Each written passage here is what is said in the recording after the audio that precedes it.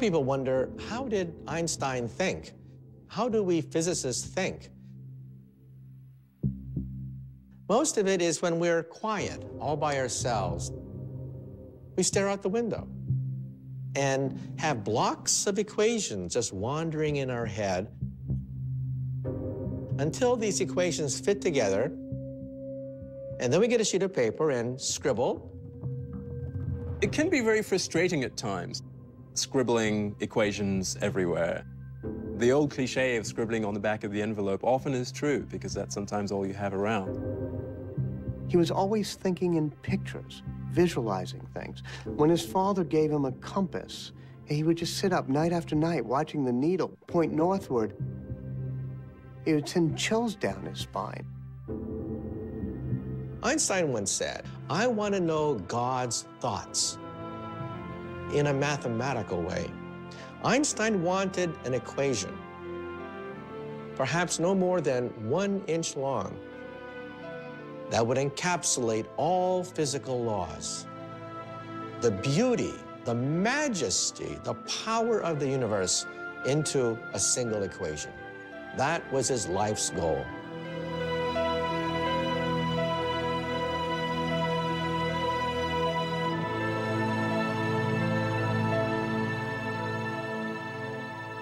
In 1900, Albert Einstein is a 21-year-old undergraduate at the Swiss Federal Polytechnic.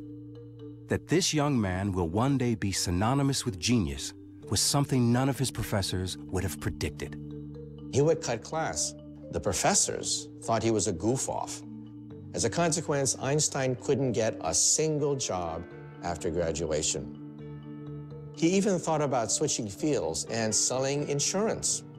Can you imagine opening the door one day and there's Albert Einstein selling you life insurance? What a waste. Einstein thought he was such a loser.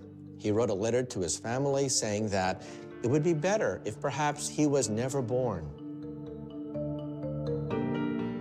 Nobody was talking about the young Albert Einstein. He worked as a substitute teacher in short jobs in various towns. Einstein's father tried to apply on behalf of Einstein for academic positions. And he wrote to a very famous professor and asked him whether he could use Einstein as a research assistant. But there were no positions available. His father passes away, thinking that young Albert is a total disgrace to the family.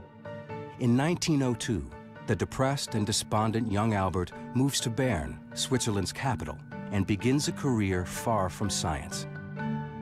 One of his friends arranged for Einstein to get a job as a lowly patent clerk in the Swiss patent office. In this office, on the 3rd floor, Einstein spends 6 days a week reviewing applications submitted by all kinds of inventors to the Swiss government. Given a patent, you had all this information, and he had to strip it down to the essence, and that honed his skills as a physicist. He would very quickly dash off all the patents that he had to analyze. He didn't find the work very strenuous. It was not so intellectually demanding. And it would give him ample time to contemplate the universe. He never would have been very good at a university kissing up to a senior professor. He was much better at a stool in the patent office, trying to daydream about what is it like to ride alongside a light beam. From that job, he would launch a revolution which would change world history. Einstein's idle daydreams will profoundly change the way the universe is understood. In 1905, in what's been called his miracle year, he publishes in his spare time 4 visionary papers, the first of which answers the age-old question, what is light? The photoelectric effect. This paper, written by this total unknown, showed that light comes as a particle called the photon.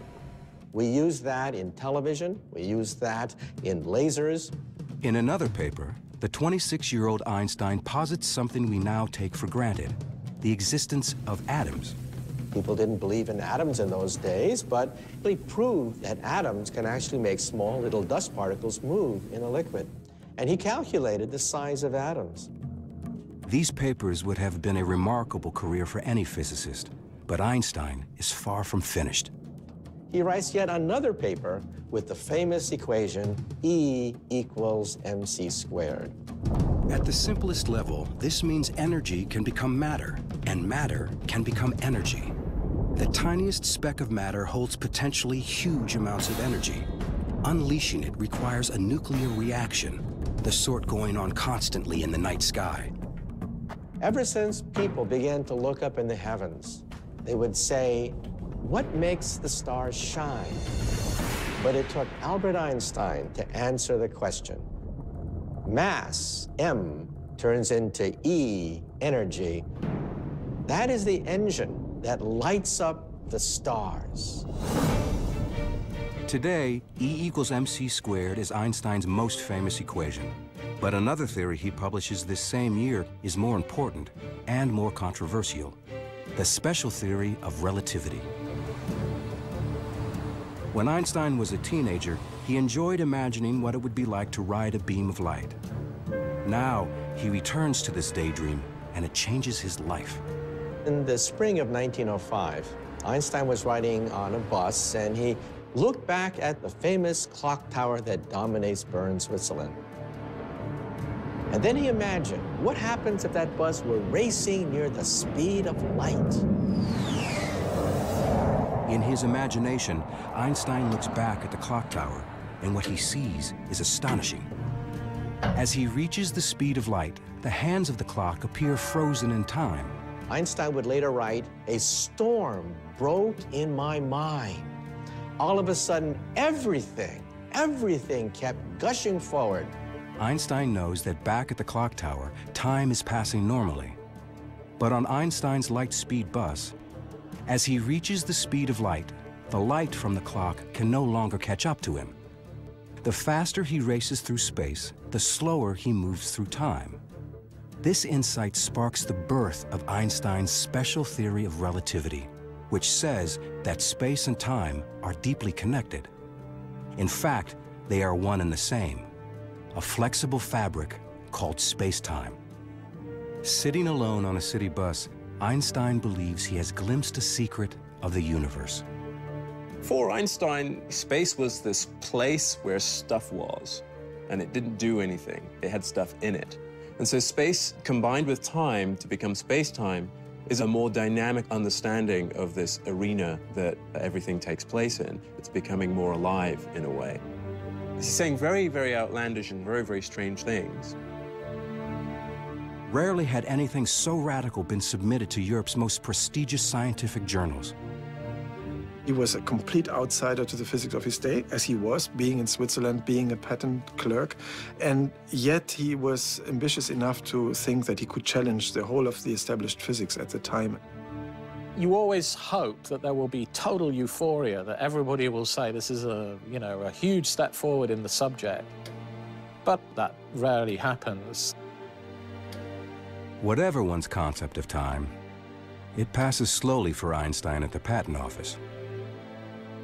He submits papers to important scientific journals, the best scientific journals, and hopes for the best. And the best doesn't come for a while. He was anxious. What was the reaction of the physics community to his great paper? Silence. Einstein got very depressed. 3, 4, 5 months must have felt like an eternity to him. And then Einstein's papers fall into the hands of perhaps the one man who can fully understand him, Max Planck. Max Planck is the greatest theoretical physicist in Europe. Planck was the editor of the Annalen der Physik in Berlin. The most important physics journal of the time. Here was Max Planck reading this paper from this unknown physicist. And Max Planck says, there is something here. Planck recognized immediately that this was an important paper from an important young scholar. The relativity paper was published in June 1905. That volume, number 17, is now one of the most famous publications in the history of science. At the time, Einstein wasn't even a scientist. He's still applying for jobs at colleges, high schools, always getting rejected. We call it Einstein's miracle year. It is certainly not a time that he would describe himself as a miracle year. Miracles convey a sense of something happening easily. I don't think that Planck knew that Einstein was a patent clerk of the third class. So he must have then become curious about who this unknown Albert Einstein in Bern was. This unknown Einstein is in fact the father of a 1-year-old son and husband to a quiet and serious fellow student from the Swiss Polytechnic, Mileva Maric. When he was at the Polytechnic in Zurich, he was quite a ladies' man. He would play his violin at ladies' luncheons and cocktail parties, so he knew quite a few young women in his day. But Mileva caught his eye. Mileva is the only woman in the class. Here was a physicist. He was smitten. In a temporary detour from their shared scientific passions, Albert and Mileva are married in 1903. A year later, their first son, Hans Albert, is born. The Einstein family lives in this small 2-room apartment in the Swiss capital. The rather limited circumstances in which they lived were not what he would have hoped for at this stage in his life. Mileva had always wanted to be a great physicist, but she flunks her exams at the end of her terms at the Zurich Polytech. She becomes a sounding board on all the great miracle year papers of 1905, especially the special relativity paper. She helps type it up, she helps check the math, but she ends up being a housewife. Einstein is trying to do his scientific work at the same time that he's working 6 days a week. In 1907, Einstein agrees to write a new article explaining special relativity. But when he re-examines his theory, he finds it seriously limited. It was called special relativity for a reason, and that was because it really only dealt with moving at constant speeds. In other words, Einstein's special theory of relativity only applies to a special case, an object moving in one direction at a constant speed. But Einstein wants to understand the real world, and the real world doesn't work that way. Einstein realized that his theory failed for accelerations. But in our universe, everything accelerates. On a bumpy road, jet airplanes, on a subway car, everything's accelerating. So there was a defect in special relativity. On Einstein's imaginary journey, if his speed varies at all, his theory, his notion of how objects behave in time and space, falls apart. His scientific mind wants it to apply to all cases. Einstein knows that for his theory to work, it has to account for everything in the universe. And that includes the pervasive and invisible force that holds everything together. Gravity. Gravity is everywhere. Gravity holds us to the floor. Gravity holds the sun together, the solar system together. Where was gravity in special relativity?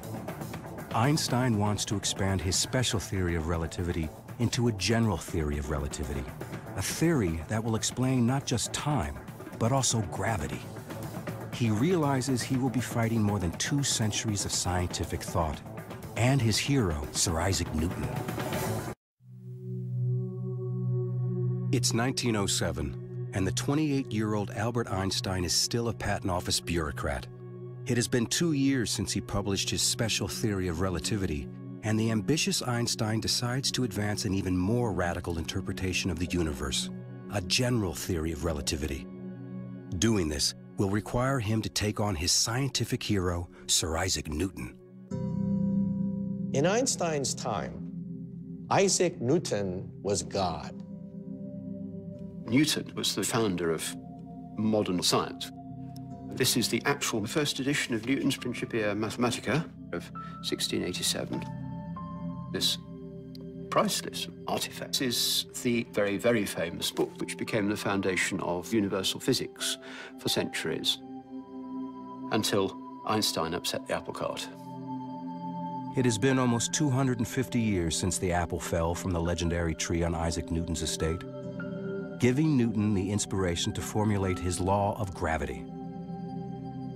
Newton said that if an object falls, it's because there's a mysterious force called gravity pulling it down. But you know, Isaac Newton himself was not satisfied by that. Objects move because they're pushed, not pulled. Objects move because they're pushed. So what is pushing this? Newton didn't know. So Newton simply threw his hands up and said, I don't know. So I'm going to invent something called gravitational pull. And Einstein said, no, this theory can't be right.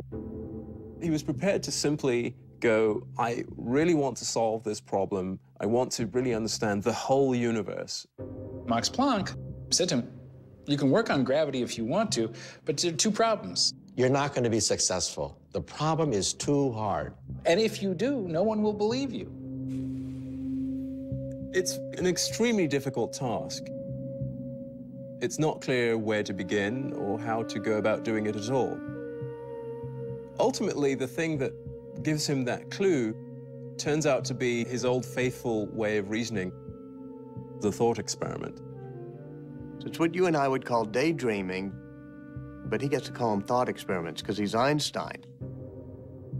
He's in his office at the patent office, looking out at the window, and he imagined a man working on a roof. And he begins to wonder what would happen if one of those men were to fall off the roof. And then he had the happiest thought of his life, the inspiration of the ages. He had a vision. The man will not actually be feeling his own weight. He would be weightless. And then he imagined, if you're in an elevator and somebody cuts the cord, what happens to you? You fall. But the elevator falls at the same rate you do, so you are weightless inside the elevator. So then Einstein got it. It's as though gravity's been switched off. What's really going on? There is no such thing as gravitational pull. The Earth has curved the space around me, and space is pushing me into this chair. Space itself can be curved. That's crazy sounding. Space is adjustable. It's actually malleable. Space and time are malleable. It's this flexible thing that can be twisted. You bring an object into space, and it distorts the space around it. Why does the Earth go around the sun? Most people would say, well, the sun's gravity is yanking the Earth toward the sun in a circle. Wrong. The Earth is going around the sun because the sun has warped the space around the Earth, and space is pushing the Earth toward the sun. He had a new theory of gravity, a new theory of the universe. Einstein publishes his ideas about gravity. At the same time, his work on the atom brings him increased attention. As a result, in 1911, he's offered a position as a full-time scientist at the University of Zurich. The 32-year-old patent clerk finally leaves Bern to become, for the first time, Professor Albert Einstein. People start realizing that those miracle year papers of 1905 are probably right. And he starts getting invited to the Solvay conferences, which are the gatherings of the greatest physicists in Europe.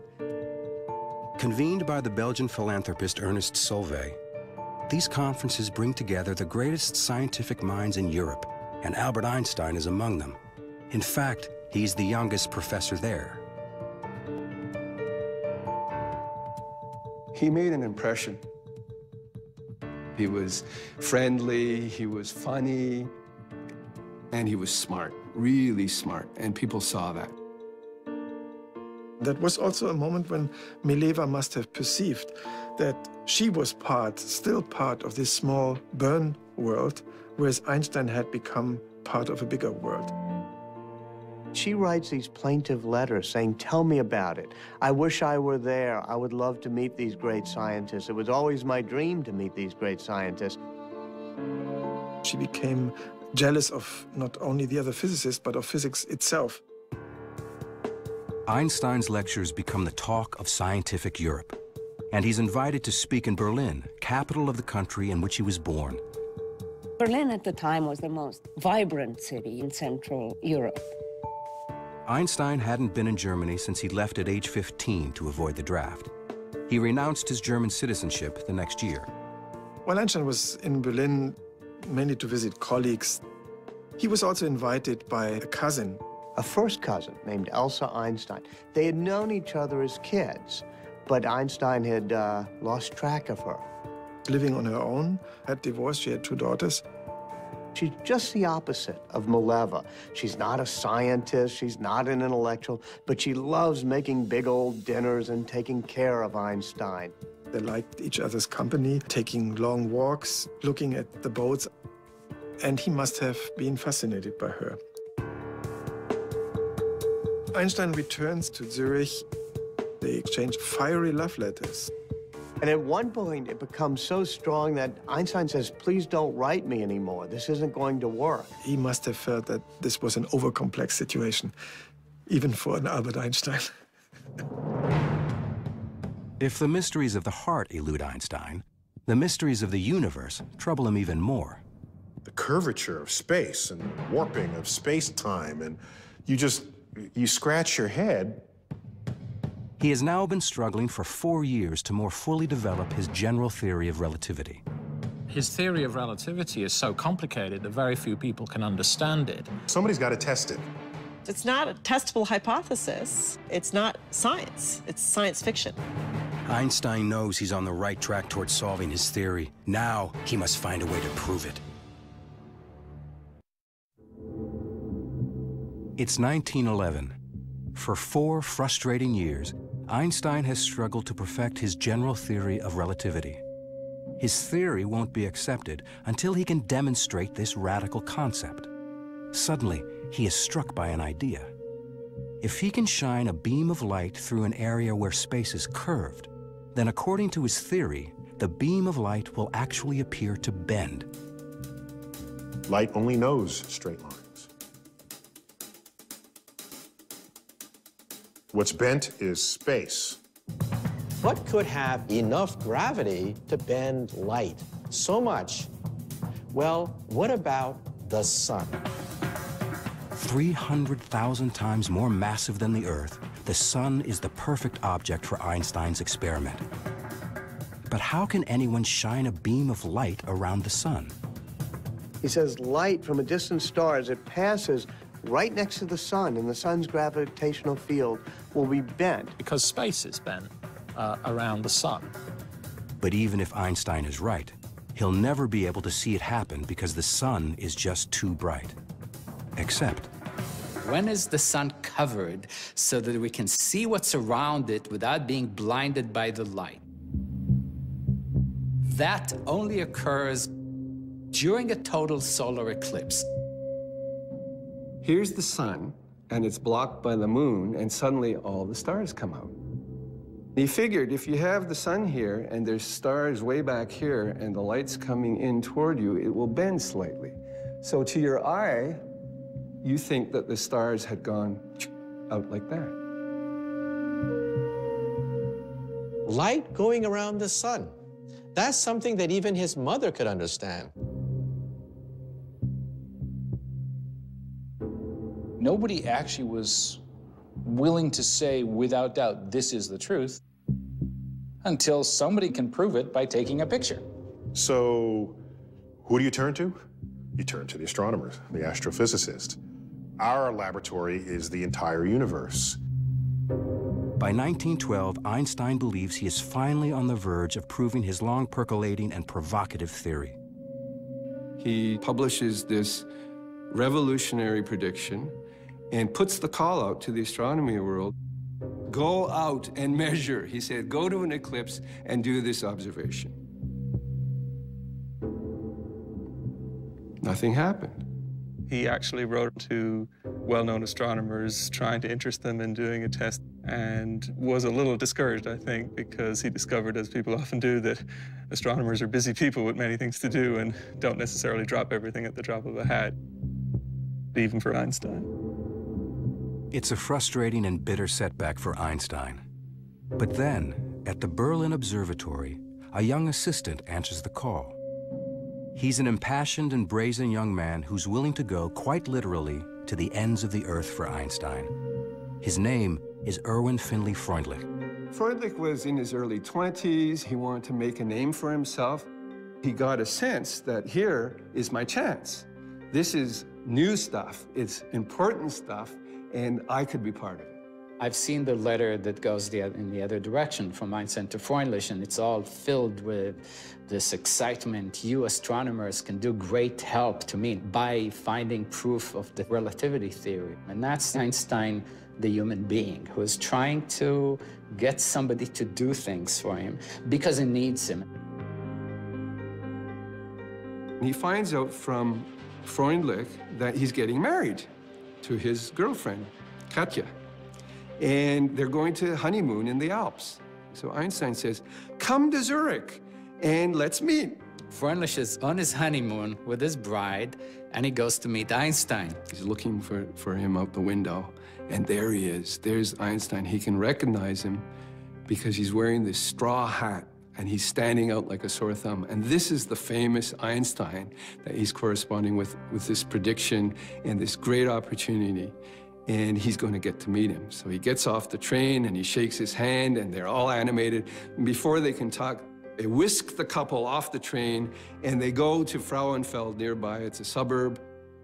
To their surprise, the newlyweds are spending their honeymoon in an auditorium, listening to Einstein speak.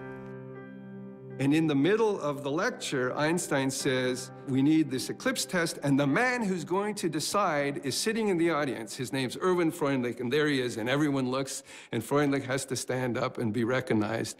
And so Freundlich was thrilled, you know, this recognition at this great meeting. On the way back to Zurich, Einstein engages Freundlich in an intense discussion about gravitation while the new fiancée, Katja, just looks at the scenery. They start hatching up that plan of going to a total solar eclipse. The problem with the total solar eclipse, of course, is that it's only visible over a small area of the Earth because the shadow of the moon is actually only a few miles wide. They get these tables and they realize that the next total solar eclipse will occur in the Crimea, which is in Russian territory, on the 21st of August, 1914. Freundlich goes to his boss, says, look, let's go to Russia. I'm collaborating with Einstein. Will you put the money up? And he says, no way. He just refuses. Einstein is absolutely furious. Reaching beyond the European scientific establishment, Freundlich writes to the director of the Lick Observatory near San Jose, California, a rugged outpost of American astronomy. It was a community living on the mountain. They all had their families, their wives were there, their kids were there. They were depending on each other for survival. For many years, it had the largest refracting telescope in the world. But most importantly, it has William Wallace Campbell, a pioneer of eclipse photography. In the 19th century, eclipses used to be attended by astronomers who just did visual observations. I saw this, I saw that. They would draw diagrams, and if people disagreed, it was one guy's word over another. Photography meant you can actually capture what was happening and do precise measurements. Campbell pioneered that technique in the early 20th century. Freundlich writes a personal letter to Campbell. He says, there's going to be an eclipse in 1914. Why don't you come to Russia and let's do this? So there's this wonderful correspondence between Campbell and Freundlich, the senior doyen of California astronomy and this little pipsqueak of an assistant in Berlin who's doing this against the will of his boss. They will be the first to either confirm or to discredit Einstein's new theory of gravity. This was an important observation. Campbell had a fever in him. He saw fantastic opportunities for Lick Observatory and for America. And he says, I'm going to get this sucker. This is a tough problem, and I'm going to be the one to crack it. Meanwhile, opportunity is knocking on Einstein's door. His original mentor, Max Planck, is asked by the King of Germany, Kaiser Wilhelm II, to recruit the best scientists for a new institution in Berlin. Planck recommends the young man he considers his own discovery, Albert Einstein. And they said, if we bring Einstein here, people will look at this and say, Berlin is where the action is. It's worth whatever it takes to get him here. On July 11th, 1913, two men arrive at the Zurich train station. Max Planck and Walter Nernst, a renowned German chemist. They are hoping that a personal appeal will persuade the rebellious young scientist to return to his German homeland. Two men, middle-aged guys in dark clothes, get off the train, and they go find Einstein.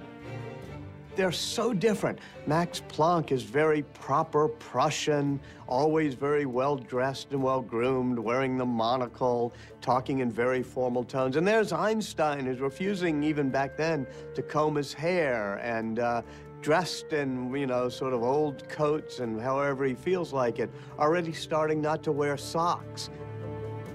They make a great offer to him. He'll be a professor at the University of Berlin. He'll be a member of the Prussian Academy. He won't really have to teach classes. He'll have all of the research help he needs. It was Max Planck. It was Nernst. It was the Prussian Academy of Sciences. It was the entire world of physics that had said no, bearing down and saying, we want you. Einstein did not answer the offer. Einstein says, why don't you just go take a trip for the rest of the afternoon up the mountain? And said, I'll meet you at the train station when you come back. And I'll be carrying a bunch of flowers. And if the flowers are red, I'm coming to Germany. And if flowers are white, sorry, no go. Thanks for coming. I've made the argument that Einstein delayed his answer to this question, in part because he sort of wanted to live with the pleasure of being so deeply sought after. But it's certainly true that this was not simply a snap decision. As he often does when he has a difficult problem to solve, Einstein takes a long walk. Zurich was comfortable. There was lots still up there. You don't just sort of walk away from that. His wife really wants to stay in Zurich. On the other hand, they have offered him the greatest job imaginable. There was one other thing enticing Einstein to Berlin. At some point, he received a birthday card. It was Elsa writing him a postcard. This must have exploded on him as, reawakening all these emotions. Planck and Nernst come back. They're at the train station. Einstein is there. It was a dramatic moment. It was a self-consciously dramatic moment. There would have been a little dramatic flair there. He's holding his flowers. And they look, and the flower is red. Einstein says, gentlemen, I'll go to Germany. I'm going to become one of you.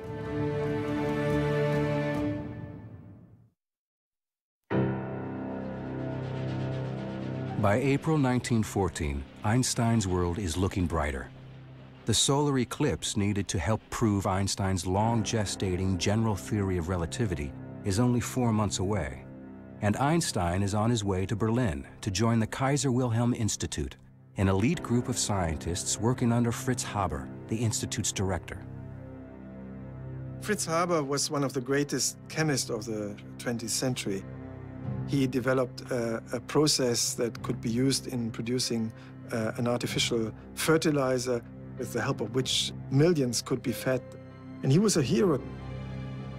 Haber and his family host Einstein's wife, Mileva Maric, while she looks for an apartment for herself, Albert, and their 2 children. Haber observes that resettling in Berlin seems to be unsettling relations between Einstein and his wife. Mileva always was a brooding and somewhat despondent woman. And in Berlin, it gets much worse. He's dallying with his cousin, Elsa. Einstein is a very brutally honest guy, so every now and then he apparently would tell Mileva about Elsa. And they start fighting with each other. Not surprisingly, the man who approaches the universe in a unique way has a rather unconventional approach to married life. Einstein gives Mileva an ultimatum. If you want to stay married to me, you have to do the following things. It's a contract. It says you have to bring me my meals in my room. You have to speak to me only when I want to have conversation. You're not to expect intimacies from me. More power to her. She doesn't sign this contract. She decides, no, I'm not going to go for that. She goes and stays again with Haber and his wife, Clara. In that time, Haber is sort of a go-between and is negotiating. He's trying to hold them together. He's the one who keeps seeing if maybe they can come to an accommodation. They both respect him. But Haber's best efforts to save the Einsteins' marriage are a failure. The decision to split is finally irrevocable, and Einstein says it's not going to happen. Lacking enough money to support two households, Einstein makes Mileva a brazenly self-confident proposition. He offers her a deal. He says to her, one of these days, one of my papers will win the Nobel Prize. If you give me a divorce, I'll give you the money. Now, this is an amazing sum of money. She could end up very wealthy, and she could move back to Zurich with the kids. He is sure he's going to get a Nobel Prize. Mileva's not quite sure. She's a scientist. She calculates the odds. She consults with Fritz Haber. She decides to take the bet. Mileva takes the two young boys, and Einstein accompanies her, along with Fritz Haber. Einstein has to go to the train station, say goodbye to his boys. And he starts crying. Haber's never seen him cry before. This was a really quite devastating moment for him, and Haber was the man he was with, sort of holding him up through this moment. Einstein has staked his children's future on winning the Nobel Prize, by no means a sure bet. He is dependent on Erwin Freundlich and William Campbell to bring him photos of the total solar eclipse so he can see how the stars seem to move. Shortly before saying goodbye to Mileva and the boys, Einstein has another farewell at the Berlin train station. There is Freundlich with his two buddies about to leave Berlin. Einstein is there. He's very, very anxious. Freundlich and two of his colleagues are lugging 4 astronomical cameras and cumbersome equipment on a long and treacherous journey. They're going to take a train and go all the way to the Crimea in Russian territory. Freundlich and Campbell hope to maximize their chances of good weather and good eclipse photographs by camping in different sites. Freundlich's party sets up in southeastern Crimea. Campbell locates near Kiev. They are both determined, despite the frightening and spreading rumors of a world war. Then the worst happens. On June 28, 1914, the Archduke Franz Ferdinand of Austria is assassinated. The German Kaiser declares war on Russia, and Einstein's eclipse expeditions are suddenly in jeopardy. Einstein is really worried. Einstein has no way to warn them. Didn't know what was going to happen. And then, deep in the Crimean forest, the war comes to Freundlich's camp. Freundlich suddenly sees some uniformed Russian officers coming to his camp and asking him for his papers. Heart starts going beep, beep, beep. Russians come over to see what they're doing and realize these are Germans with a telescope. And they start tearing down his equipment. Get off my equipment. I have to observe an eclipse. These are our possessions now. Your country declared war on us. You have nothing to say. They arrest them immediately. There's no questions asked, and they are considered spies. Herr Freundlich, you are now a prisoner of war. What? Campbell, an American, is neutral. And the Russians allowed them to continue to observe the eclipse. They had come all this way, spent all this money, survived the fact that war broke out,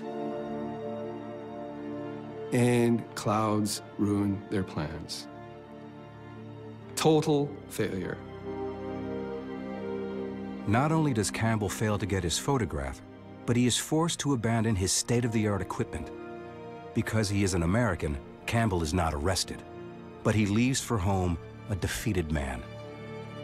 Campbell says one wants to come home by the back door and see nobody. Einstein in Berlin is shattered. The expeditions are failures. Freundlich and his team spend several months as prisoners of war in Russia. For Einstein, it is a disaster. Proof of his most revolutionary theory, general relativity, is slipping between his fingers.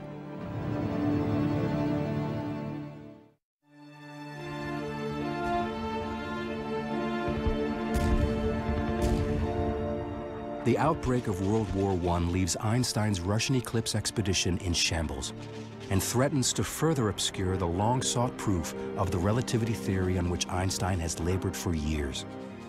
The war killed communication between scientists. The open exchange of ideas was gone overnight. Ties were cut. Once the United States joins the war, astronomer William Campbell sees things differently.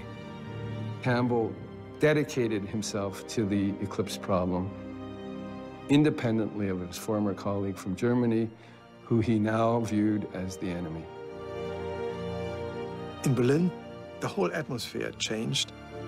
When Einstein looked out of his window, he would see a lot of patriotism. In his eyes, a whole nation went crazy. All of Einstein's expectations of the kind of city he was going to live in disappear. They're gone. Hundreds of thousands of German young men marched enthusiastically. His best colleagues, Planck and Haber, were enthusiastic about the war. His close friend Fritz Haber, like Einstein, was born German and Jewish. Fritz Haber converted to Christianity, and he tried to assimilate as much as possible. One of his great moments of pride when he actually received a commission in the German army. Really almost unheard of award for a converted Jew. Einstein saw this as ridiculous. Haber said, I'm a chemist. I understand the chemistry of the chlorine atom very well. I know that chlorine gas is poisonous. Can I turn this into a useful weapon? Haber felt he could construct a devastating enough weapon that it would end the war quickly, thus a humane outcome. The institute Haber directs is turned into testing gas to be deployed on the Western Front. Einstein has an office in Haber's institute. Einstein was disgusted by the eagerness with which Haber, first amongst his colleagues, but many of his colleagues, went looking for ways to kill people and kill them more effectively. Haber was one of the first to develop terrible weapons out of the potential of science. Early in the war, Haber's new mystery weapon, poison gas, is tested on a Belgian battlefield. Haber was there and said, release the weapon. This low cloud drifted over the battlefield, and the cloud just sort of forms. This was the first time this ever happened. Troops had seen things that looked much worse than this cloud, and the effect was devastating. I mean, the troops were just blown out of their trenches. Haber saw thousands of people die, thousands of soldiers, about 5,000 soldiers. Your lungs begin to fill with fluid, and as the deterioration of your body continues, you can lie there on dry ground, in effect drowning. Albert Einstein takes a look at his close friend and his, intimate professional colleague and says, in effect, you're pathological. This is grotesque. He writes a letter to a friend in Switzerland that says, all our supposed technological progress is like an axe in the hands of a madman. Haber never resented it. And it's so strange that he befriended Einstein so closely. They were living on different planets. The war posed a big dilemma for Einstein because in his personal relationships he respected and was even fond of his colleagues, but rejected their wholehearted support of the war. He comes across this very publicly hyped and published document called the Manifesto of '93, signed by 93 leading German academics, including the people who brought him to Berlin and the people he most values, Haber, and above all, Max Planck. The manifesto says Germany had to fight, it was justified and morally acceptable to fight in this war. And this shocked Einstein. In effect, a betrayal. This was the moment when Einstein realized that there were some things about life outside physics that were important enough that he had to actually go out on a limb and take some personal risk to defend. He actually tries to present a counter-manifesto of other German academics who say, no, there's something else out there besides national pride, national competitiveness, national fury. And 4 people sign the manifesto. It goes nowhere, never published, it fails. He becomes a pacifist. He becomes a war resistor. And Einstein was nearly alone. He's isolated. He's being rejected by his colleagues. His marriage is breaking up. He's having a custody battle for his kids. He immerses himself in his science. The isolation has a positive outcome as Einstein looks again at his general relativity theory. He refocuses on the mathematical equations.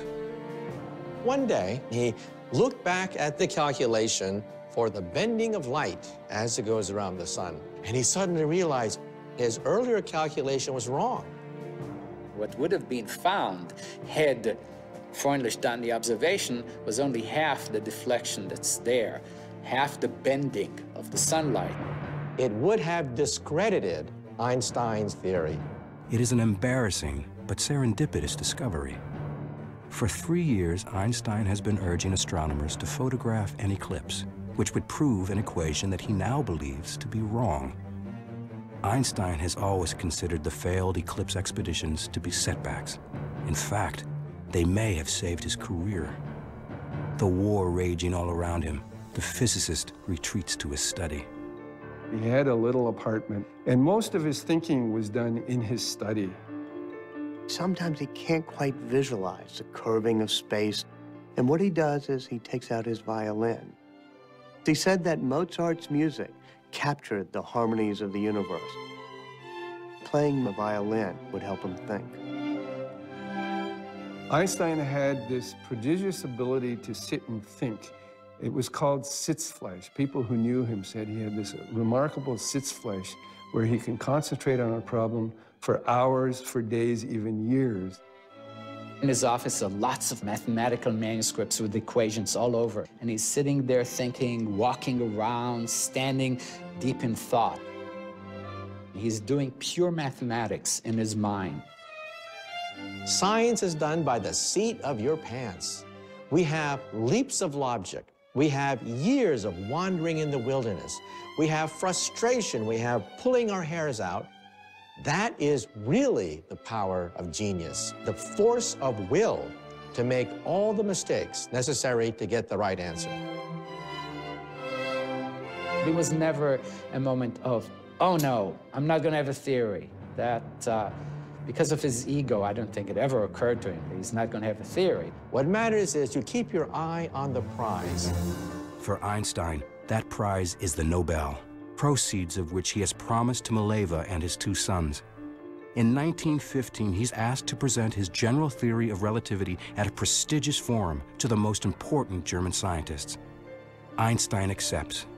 But after 8 years of work, his theory still has 2 major problems. It's completely unproven, and the math appears to be flawed.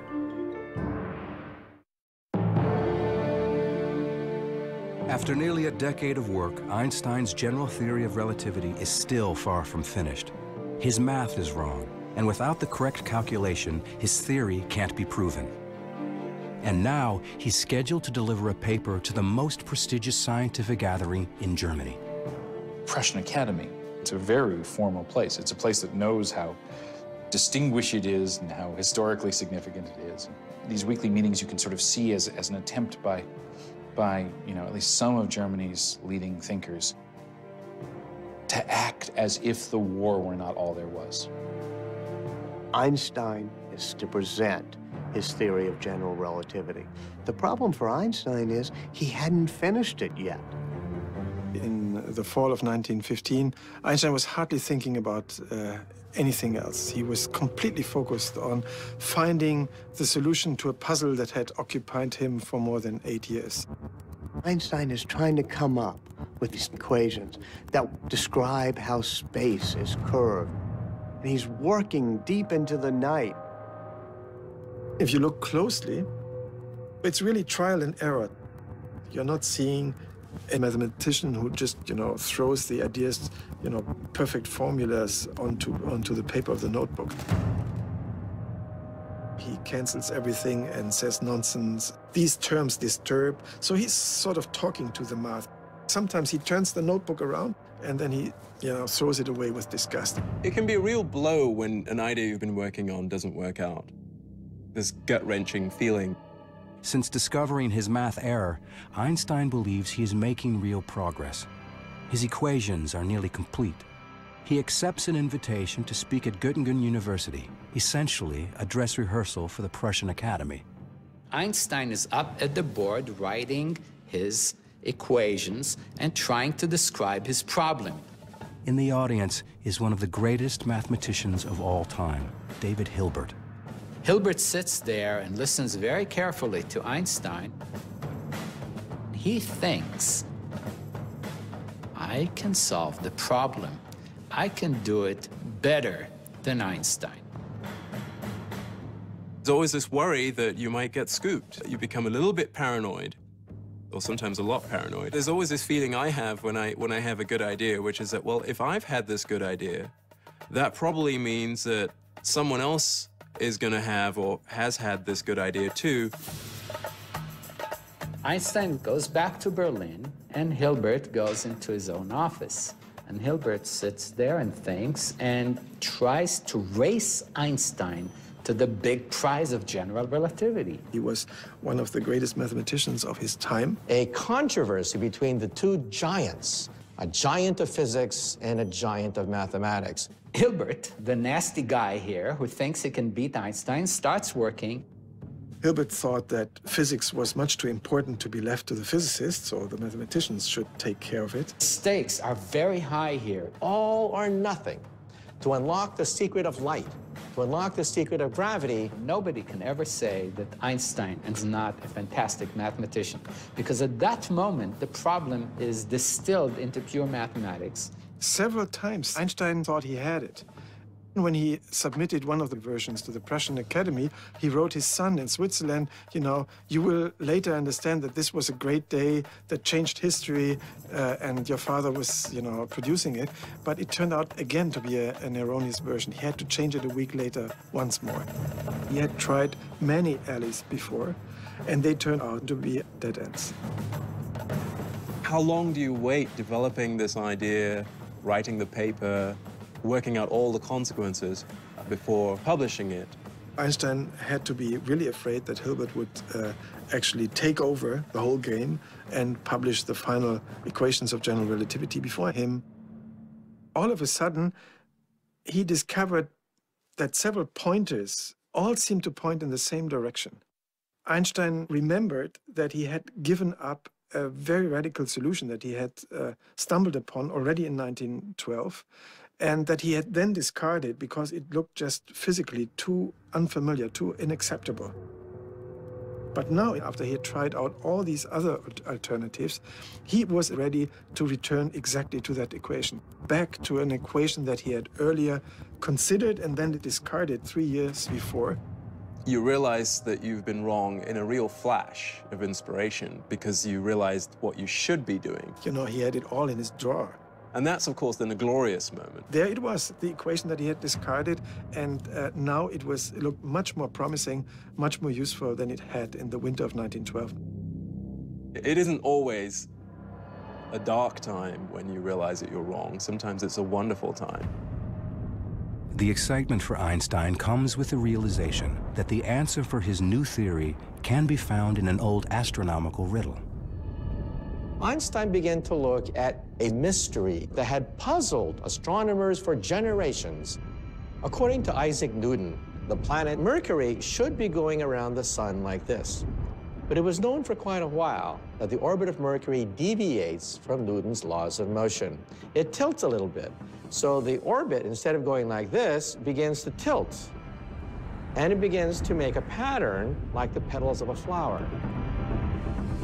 Einstein realizes his thoughts on gravity might explain Mercury's orbit in ways the Newton's law could not.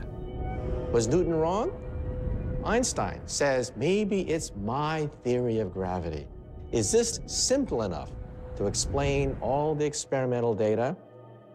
He calculated painfully the orbit of Mercury, and there was a near perfect match. His equations on a notepad matched the motion of heavenly bodies in outer space.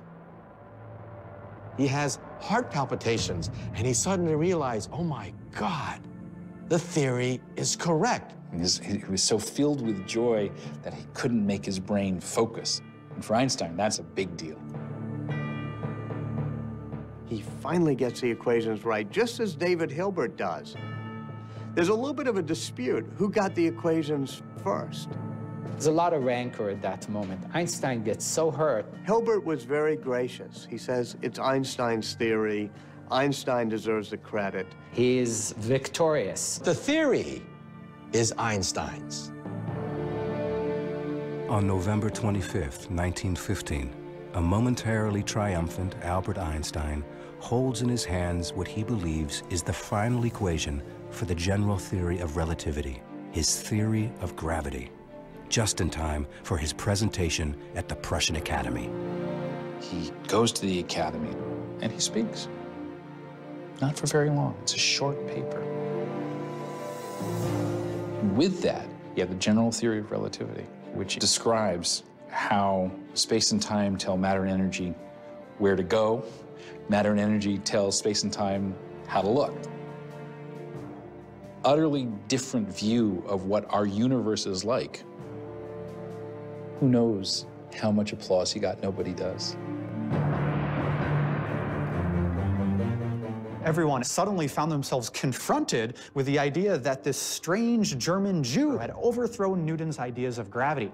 What exactly this meant now, no one was quite sure. There's still no physical proof of it. No one understood Einstein. Einstein believes he has finally got his theory right, but he knows that it won't be accepted until he can prove it. And he can't prove it without photographs of a total solar eclipse. For that, Einstein will have to wait again.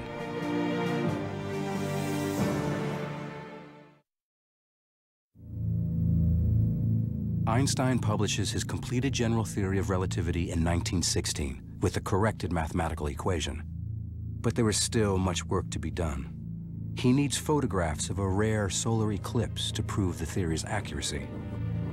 But in war-ravaged Berlin, now under blockade by the British, even the basic necessities of life are hard to come by. Surrounding him, Berlin was an impoverished city, and the hunger grew so bad that there were hunger riots. In the middle of a harsh winter, Einstein's intense productivity comes to a sudden halt. The reason he stops is he's exhausted and he's sick. Bad stomach problems. He's really, really, really sick. He writes, I don't eat, I haven't been able to sleep, and he succumbs to a physical and a mental breakdown. Einstein retreats to a small apartment in Berlin. His cousin Elsa becomes his nurse and savior. Elsa keeps cooking for him, bringing him food, eventually having Einstein move in with her. While Einstein's health is in Elsa's hands, the fate of his theory lies with astronomers. One of them who will play an important role is at Cambridge University in England. Arthur Eddington is a scientist, but also a religious man who attends this small Quaker meeting house just across the street from the university. Sitting in the back row at this Quaker meeting, full of people sitting quietly, is Arthur Stanley Eddington, head of the Cambridge Observatory, known all around the world as one of the most brilliant minds in astronomy. The war has taken a heavy toll on Eddington and his fellow Quakers, nearly all of whom morally opposed the war and refused to fight the Germans. He's one of the few men left. It's just him and the women. Day by day, men were disappearing from these benches. Not because they were going off to fight in the war, but because they were being arrested for being conscientious objectors. Anti-German feeling cripples scientific communication. Eddington knows nothing of Einstein's new theory until February 1916, when he receives a package from a colleague in the neutral Netherlands, astronomer Willem de Sitter. Inside is a copy of Einstein's paper that de Sitter has translated into English. Eddington opens it up and realizes immediately that he's seeing something of tremendous scientific significance. And he writes back to de Sitter, no one in England knows about this, no one. So he asks de Sitter, tell me about this Einstein. De Sitter says, well, Einstein didn't like the war and in fact had written a manifesto against the war. And when Eddington hears this, he says, this is perfect. This is so important, we have to do something with it.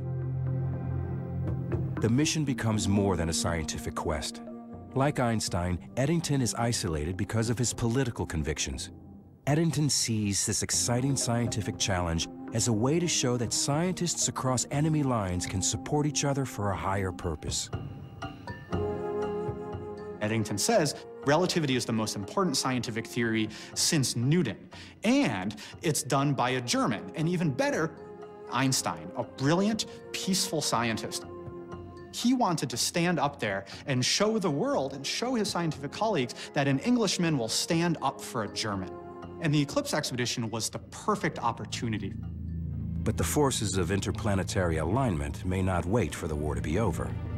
The next full eclipse will occur in June 1918, and it won't be visible in England, where Eddington is trapped by war.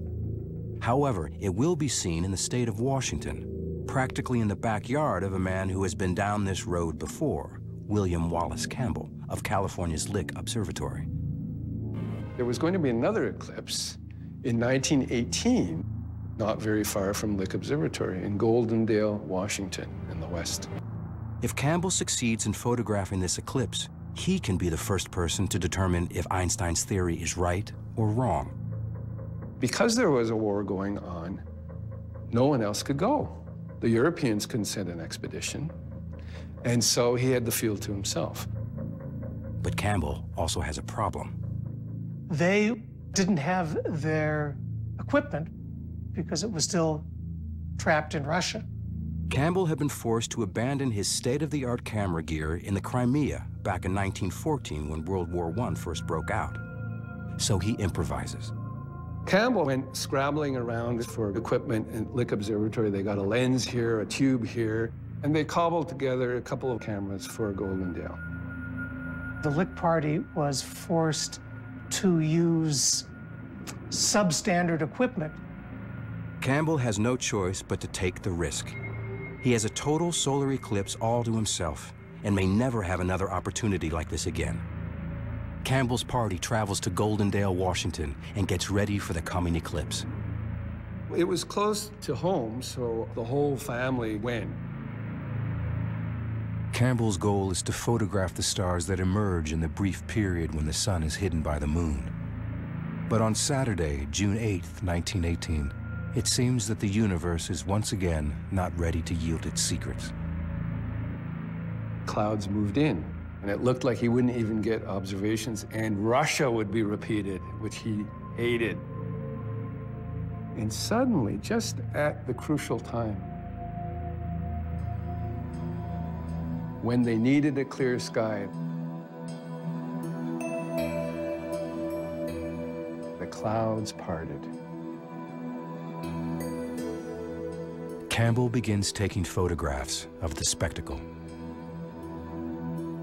It starts when the moon first comes in contact with the sun and then starts to move over the face of the sun. The sun becomes smaller and smaller and smaller until the last moment when the sunlight actually passes through the valleys between the mountains of the moon. And then this bright, brilliant beam of sunlight, and then the sun is entirely eclipsed. It's the blackest black you will ever see. My first eclipse, I literally lost my breath. It was like jumping in cold water where you go, you know, you can't believe it. It is breathtaking, literally breathtaking. It's a gorgeous sight. It's just, wow. Most powerful experience that I've ever had in my life. The New York Times had a reporter, and they wrote an article, "Clouds Fall Away for Eclipse." There's a little subtitle, "Test of Einstein Theory." This is the first time that an American newspaper mentioned Albert Einstein. Campbell assigns his most trusted astronomer, Heber D. Curtis, to analyze the photographs to prove or disprove Einstein's theory. Looking in, a star would have been visible, one of the stars that was to be measured. That star would have been very carefully centered on crosshairs in the eyepiece. Once that was done, the scales could be read in the X and Y directions, and a very precise position could be assigned to the star. From those numbers, it could be determined whether the star had appeared to change position. Einstein has predicted that the warped space around the sun will create an optical illusion, making the stars appear to move outward ever so slightly. Einstein predicted much less than a millimeter. This is not an easy measurement to make. Unlike most theories that people put forth, Einstein's general relativity makes very specific predictions. Very tight, it's gotta be this, and if it's not that, then the entire foundation of the idea has gotta be discarded. Extremely precise, painstaking measurements. There was no wiggle room in Einstein's relativity because the idea that gravity is the manifestation of the curvature of space and time.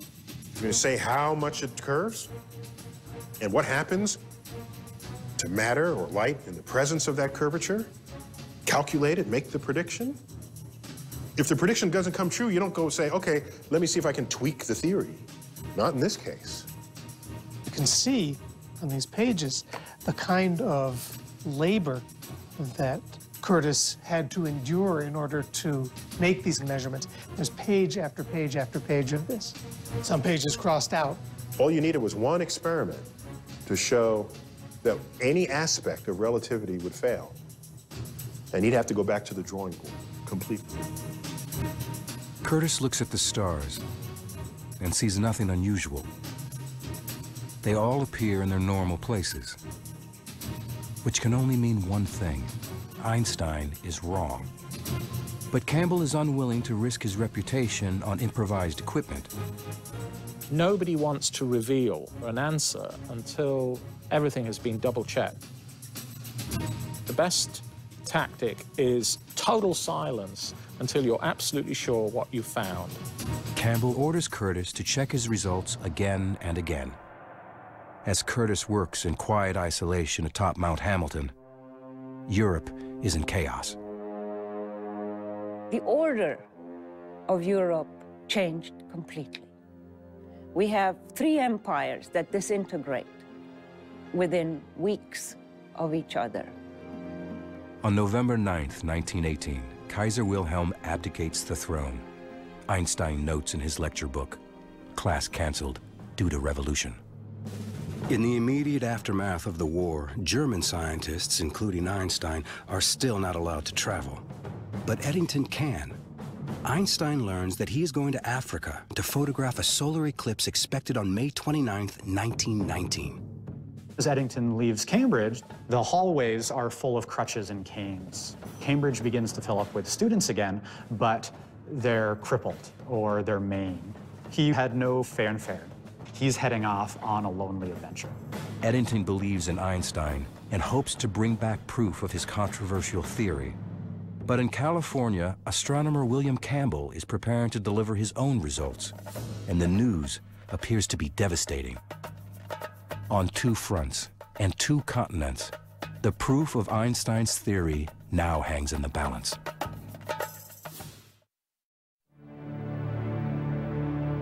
It's February 1919. Atop Mount Hamilton in California, William Wallace Campbell is examining and re-examining photographic plates which appear to indicate that Einstein's general theory of relativity, his theory of gravity, is wrong. But Campbell has competition from British astronomer Arthur Eddington, who is on his way to photograph an eclipse in Africa. Eddington leaves Britain and heads south. He's in his late 30s. Travel in those days was not comfortable. This is the tropics, the height of summer. It must have been a very unpleasant place to be. In May of 1919, after 10 weeks at sea, Eddington and his assistant arrive on the shores of Principe, a small island off the coast of West Africa. Malaria is a big problem. There are poisonous snakes. He has to hack his way through the jungle. They spend a month building a telescope in the middle of the jungle. The day of the eclipse, rain is coming rolling down. He's crushed. Phenomenal disappointment. But then suddenly, amazingly, a gap in the clouds. He sees a black moon. They have to begin taking photographs right then. They just start the device, the mirror begins to rotate, and then you put a photographic plate in the end of the telescope. It holds the film, and that plate has to be held with the telescope. Everything has to be aligned correctly. Take out a new photographic plate, put it in. Take it out, put a new photographic plate in, and you try to get as many as you can. Tremendous race, but let's keep calm. Let's maintain composure. There's a great tendency to leave the lens cap on, to get the exposure incorrect, to make a fundamental error that would then ruin your career. Time is ticking away, the precious seconds. He doesn't really care about the sky going dark. He's looking for the star that's right there by the sun, grazing the sun. He's so busy working the telescope and switching out the photographic plates that, as he says it, he just had to do it in faith.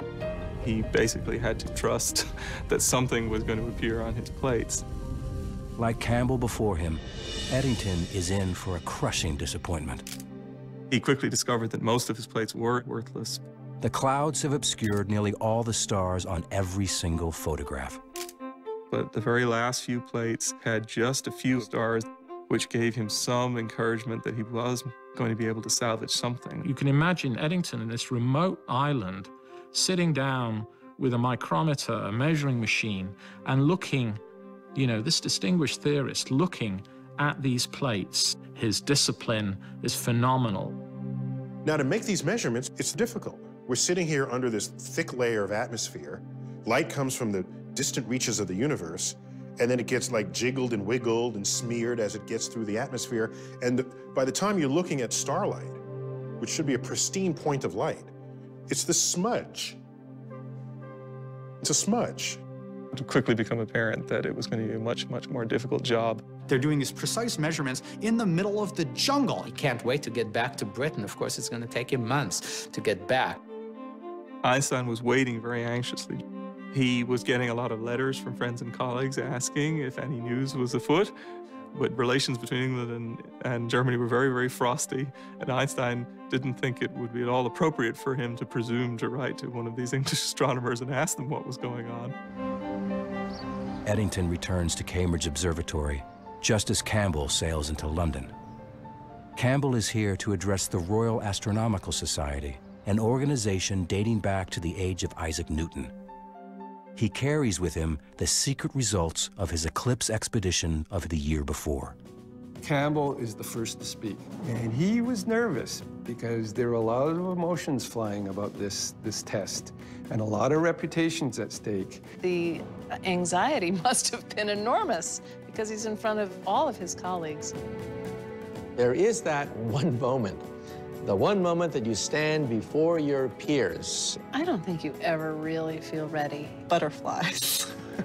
And then finally, Campbell announces his results. He said Einstein is wrong, and Lick Observatory says Einstein is wrong. But the session takes a dramatic turn with the reading of a cable from Eddington.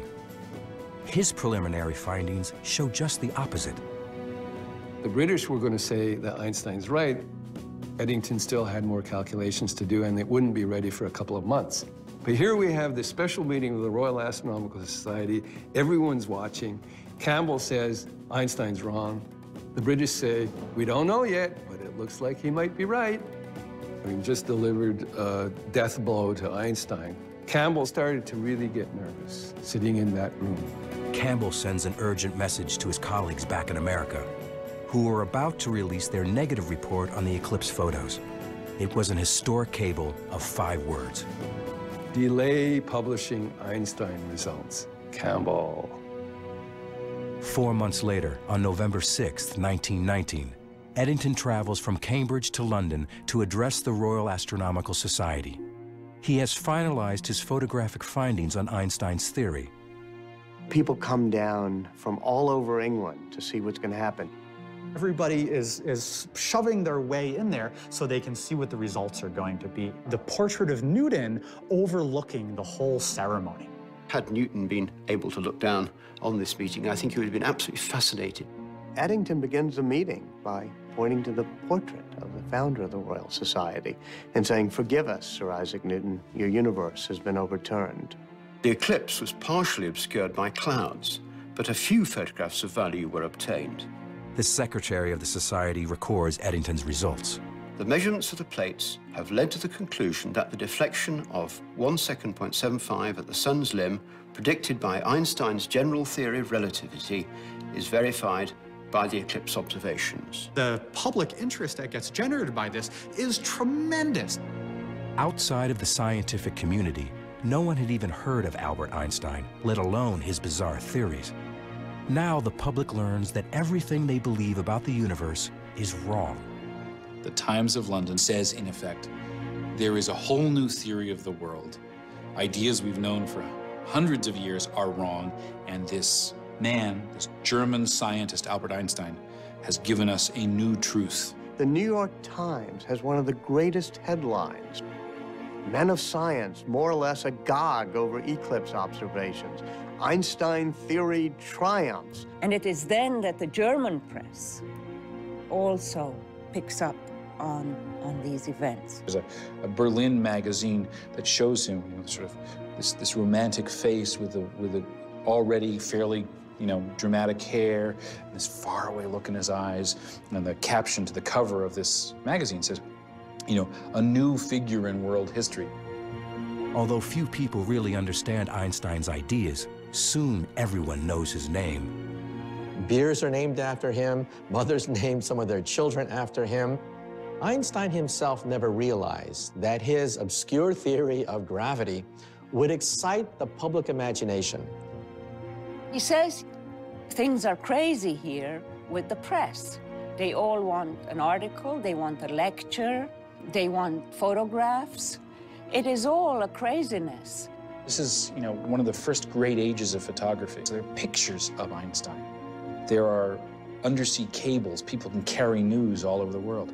There are newsreels. You can see the man moving and talking. Without such freedom, there would have been no Shakespeare, no Goethe, no Newton, no Faraday, no Pasteur, and no Lister. But despite the public adulation, scientists still have their doubts about his theory. People are making a mistake. They're mistaking Einstein's fame for acceptance of his theory. They're equating the two, and that's very far from what happened. A backlash set in. In the New York Times, you could see that they were constantly questioning, who is this famous scientist? Most British people and most Americans, most people from the Allied powers were very hostile to Germany after the war. They were not at all interested in reconciliation. So many people were saying, oh, Eddington was so motivated by the goal of peace and promoting international brotherhood. He was so convinced by the theory that perhaps He allowed himself to be a little bit biased. He's been criticized for fudging the figures. The photographic results from the two solar eclipse expeditions, Eddington's and Campbell's, result in a split decision. Another expedition will need to be mounted. Both Einstein, who has been trying to prove his theory since he first proposed it in 1907, and Campbell, who has been working on the problem since 1911, have tremendous personal stakes in the results. Now it was a matter of not just science, it was a matter of international reputation, it was a matter of personal reputation. This was personal. Campbell checks the charts and sees that the next best eclipse to photograph will be in Australia in 1922, more than 2 years from now. And it turns out, he will not be the only one to take up the challenge.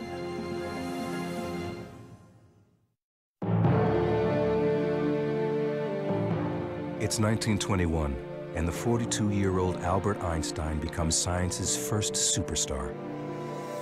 Einstein has this sort of victory tour of the world. In America, the newspapers are reporting as the boat goes across the Atlantic, Einstein is coming.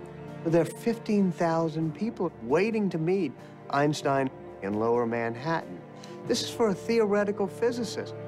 He traveled all up and down the East Coast through the Midwest. Einstein is a total phenomenon. But more importantly for Einstein, the scientific community is still debating whether his theory is correct. And the more attention Einstein gets, the more his theory is thrown into doubt. Einstein is being exposed to increasing criticism of his theory of relativity. People said, we have to redo the test. In September of 1922, a total solar eclipse will be fully visible in Australia, and William Wallace Campbell sees an opportunity to set things right once and for all. He started making plans to completely redo his equipment. Completely redesigned entirely with this measurement in mind. This was the Cadillac of Einstein effect measuring equipment. The first eclipse point was the very, very, very westernmost part of Australia, on a place called 90 Mile Beach. But this time, Campbell is not the only one pursuing this goal. 7, count them, 7 expeditions went to Australia. The British sent an expedition. Freundlich led an expedition. It was the first time he had a chance since Russia. John Evershed, a British astronomer, was able to come from India. The Canadians sent an expedition, and 2 Australian expeditions went. Serious competition to Campbell.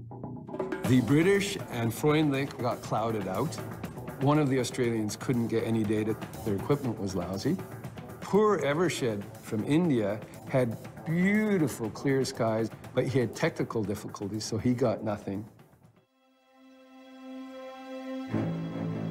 Campbell, now in his 3rd expedition, is much better prepared. He gets perfect results. And they showed, I think, 92 stars that the Einstein effect was not only there, but it behaved as Einstein predicted, very clearly, very unambiguously. This is one of the lenses which confirmed the theory of relativity. The light actually passed through this lens and actually fell on this plate. This stuff is way cool. I mean, this is the heart. The stars that could be seen around the eclipsed sun, here highlighted, showed just the deflection predicted by relativity. They nailed it. Einstein was so right. It is a proud personal achievement for Campbell and a landmark moment for science. The Lick Party finally succeeds, gets extraordinarily good results, and resoundingly corroborates Eddington's 1919 measurements. Now, who was the first person that Campbell sent a cable to with the result? Albert Einstein. He wanted Einstein to know, boy, did we vindicate you. Boy, did we show that Eddington was right, despite what all the scoffers are saying. For Einstein, this was a tremendous triumph. The eclipse expedition gives us amazing proof of something that looks theoretical, and yet it's very much part of our lives. They showed that space-time around the sun was curving. It was a whole new way of thinking about how gravity works. How strange is that? That's completely against our intuition. But it's what the data showed. And you cannot argue with the data. Nature agrees. Yes, Einstein, that's a beautiful theory. You're right.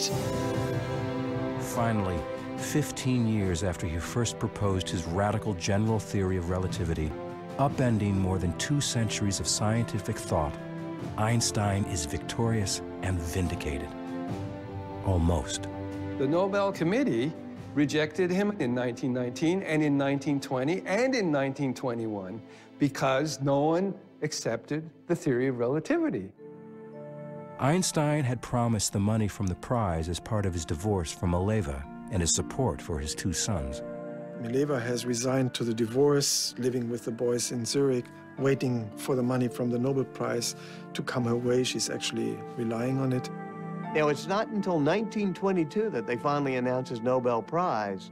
And one of the ironies, he never gets it for the theory of relativity.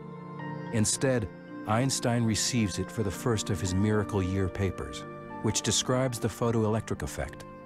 This work becomes the foundation for quantum mechanics and unlocks the secrets of the atom. To Einstein's former wife, Mileva, the prize means something more down to earth. She gets the money and she ends up buying 3 apartment buildings in Zurich. Mileva did not make a very good living from these investments, but she survived. For Einstein's cousin Elsa, who has nursed him through the bad times and waited patiently for years, there is also a victory of sorts. She has convinced Einstein to marry her. Great surprise. It was a strange marriage. Einstein had many lovers afterwards, and he never felt that this was sort of, the perfect way of life for him. But she loved being Mrs. Einstein. She loved traveling with him. She loved the prestige and the glory that came from being his wife. As the world recovers from a horrific war, it embraces a man with the obscure occupation of theoretical physicist and turns him into a global icon. Here you have the end of the most destructive war in European memory. And here this pacifist saint comes along with a wild halo of hair, piercing eyes, and people on all sides of the Atlantic, in Germany and in England and in America, could all celebrate him as a man of peace, but also somebody whose science transcended the horrors of war. That's where the emotional resonance of his accomplishment came, I think. And that's why people seized on him, not just as a smart guy, but as a symbol, maybe an all-purpose symbol of what humanity can do well in the context of what humanity has clearly done so terribly. His story, the solo scientist who turns the world upside down, is enticing. Alone in his studio, using only his mind and a pencil, Einstein made bizarre discoveries as intriguing to the public as the most talked about music and movies of the day. They loved the mystery. Einstein himself said so. The fact that there are these wonderful words of the 4th dimension, bending of space, time warps, all that kind of thing. It's great. Light moves in ways you don't expect. These are kind of romantic ideas. These are, mind-bending ideas, and people picked up on them in all kinds of ways. And it had this cool quality to it. He could see in ways that no one else could. He put together elements of the universe that others had not imagined would fit together. The general theory of relativity is one of the greatest achievements of the human mind.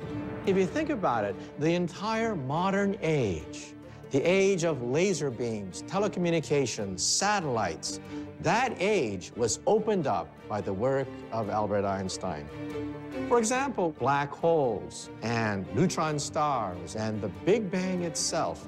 You cannot describe them adequately without Einstein's theory of general relativity. It is beautiful and simple and profound. And all the best theories of the universe are just that. Einstein dies in 1955 at the age of 76. But more than a half a century later, the man and his theories continue to capture the popular imagination and to inspire. Here was a man, because of the power of his intellect, the sheer power of his mind, was able to rise above poverty, rise above war and strife, to become one of the great figures in all of human history. And that was an inspiration, because you don't have to be born handsome. You don't have to be born with muscles. You don't have to be born that way. You can achieve it by the sheer power of intellect. And for me, that's always been a shining beacon.